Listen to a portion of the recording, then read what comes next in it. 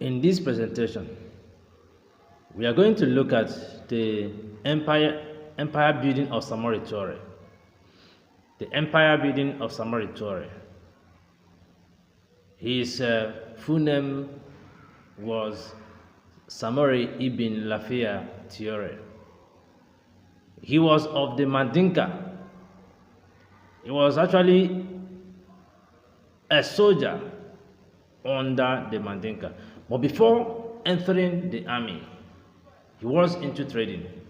He was one of the gold traders before entering the army. But his entrance into the army was for some reasons. Some historians believe that his entrance into the army was pushed by his intention to secure the release of his mother. The Mandika were made up of clans, and his clan was the Douala clan, headed by a different chief. Each of the clans were headed by different chiefs. Another clan chief raided his own clan, and his mother was captured. Precisely, the Sise clan raided his clan, and his mother was seized or was captured.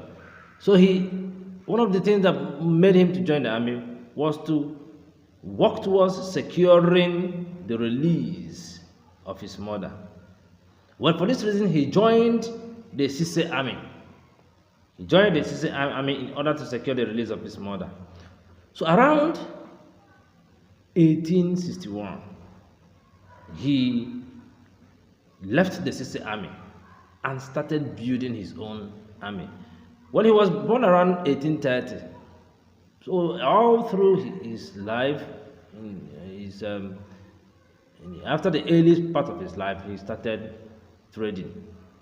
The Mandinka, some parts of the Mandinka were really known as traders involved in even inter-states trading.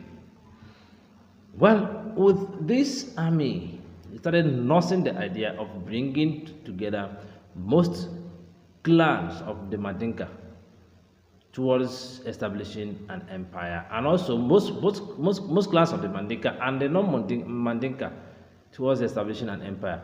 This is where some issues of debate come to be presented by some historians. Some historians look at his actions as a jihad, but some historians do not see his activities as a jihad. But the bottom line was this: prior to the establishment or the push towards establishing an empire, Samori Toure cannot be said to be cannot actually be called a devoted Muslim per se. But along the line, he started taking Islamic practices and principles serious. But with the army he built, he started forcing other Mandinka clan and non-Mandinka clan into a union, which brought to the establishment of an empire. His rise as part of the Mandinka gave rise to a larger political formation, from which actually brought together many other clans and territories within that area.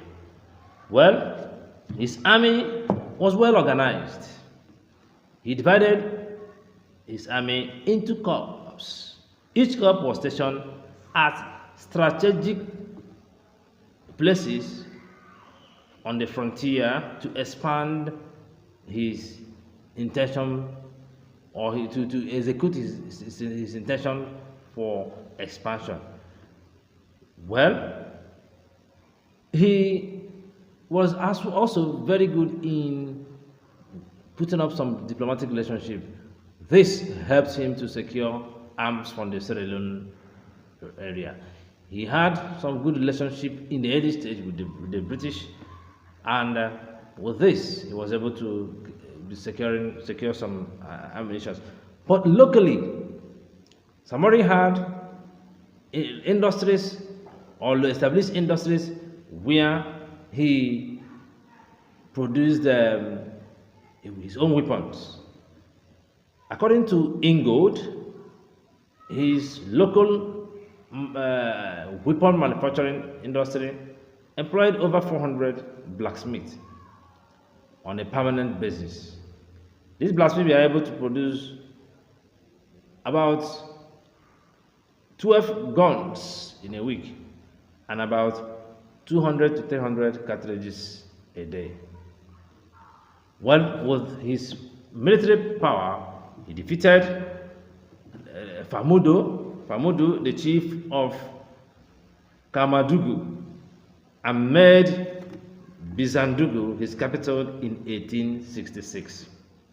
From there, he started the process of building an empire.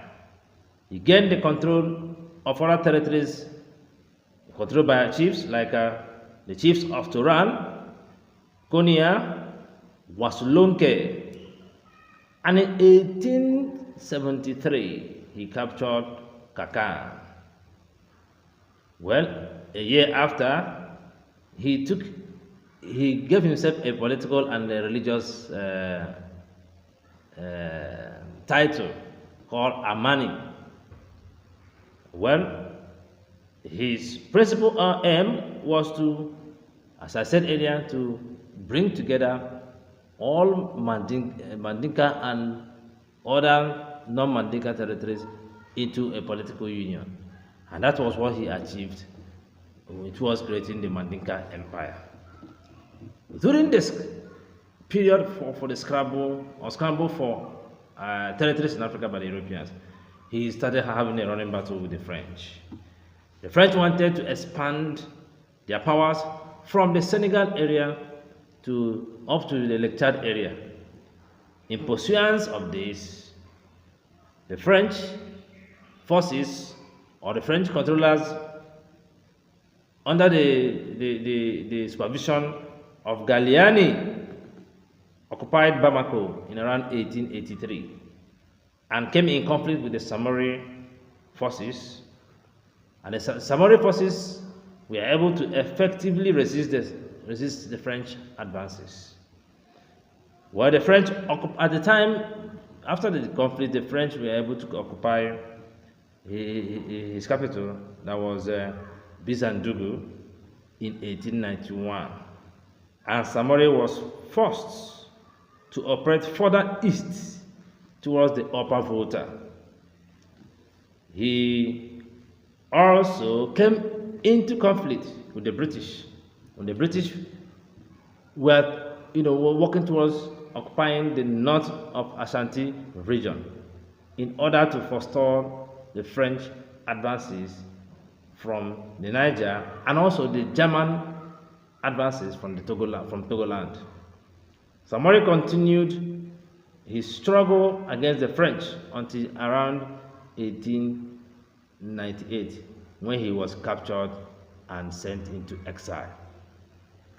Well, some Europeans saw Samori as a slave raider, but objective analysis attempt to prove that although he may have been involved in slave raiding, but his major intention was basically to establish a strong political unit, which he succeeded in establishing before the conquests of the French. Well, in his territory, Samori had very refined military system. He used some strategic and positive tactical approach in his military. He did not station his army in a permanent or fortified position because he had no artillery but quick-firing rifles. For this reason, it was difficult for any enemy to be in a position or be able to pinpoint the position where his army were stationed. He retreated to areas uncontrollable by the French. This was similar to the actions of the jihadists, that should be Sekou Ahmed, or similar to the actions of the Sekou Ahmed. He attempted to move his forces and move his influence to areas that the French would find difficult to advance to.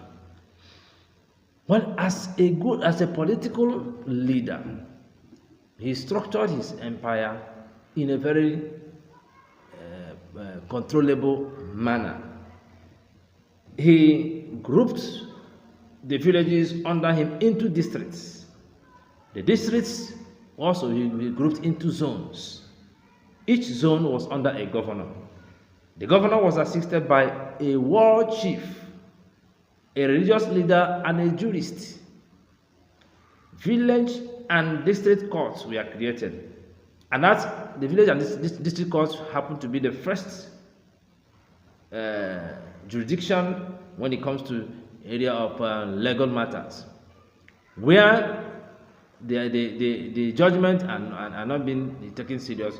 They can appeal to the governor, but from the governor, the whole thing came to Samori. Samori was the highest legal approach. That made him both the political leader and as well the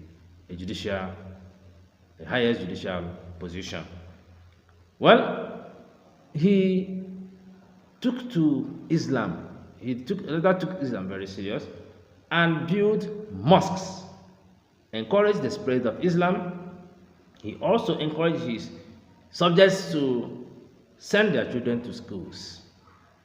He was one of the, very remarkable political leaders in African history. He banned the taking of alcohol in his territory, and at the same time withdrew the right of non-Muslims to assemble to worship. He also encouraged the enforcement of the 5 daily prayers and obligations to all parents to send their children to Quranic schools. Many of which we are actually established a lot of Quranic schools within his empire. And he announced that all his subjects must be Muslims. That's when he started taking Islam very serious. He made decree that all his subjects must be Muslims.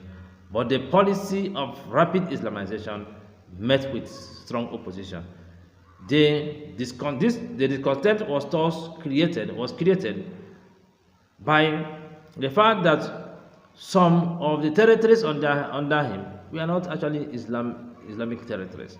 And then this led to some level of revolt against him. The circumstances actually made Samori to revert the decision of forcing everybody to convert to Islam. When in organizational structure, Samori Toure was able to establish a very refined and effective political unit. Unfortunately, his political empire, or his empire, did not last, in the sense that he was conquered and sent to exile by the French. If you are watching us for the very first time, please subscribe to our channel and click on the notification icon so that anytime we present a new content, you'll be one of the earliest persons to be notified. We will as well appreciate any kind of support you can give us. The email you can use to reach us is in the comment section. We will be highly happy to hear from you. Help us in the area of creating content, objective contents in African history. Help us as well to share our content so that our contents will reach a lot of persons that will, like to watch and listen to objective information in African history. Your comments will be appreciated as well, whether it is in positive or also in negative area. Thanks for still being part of our channel.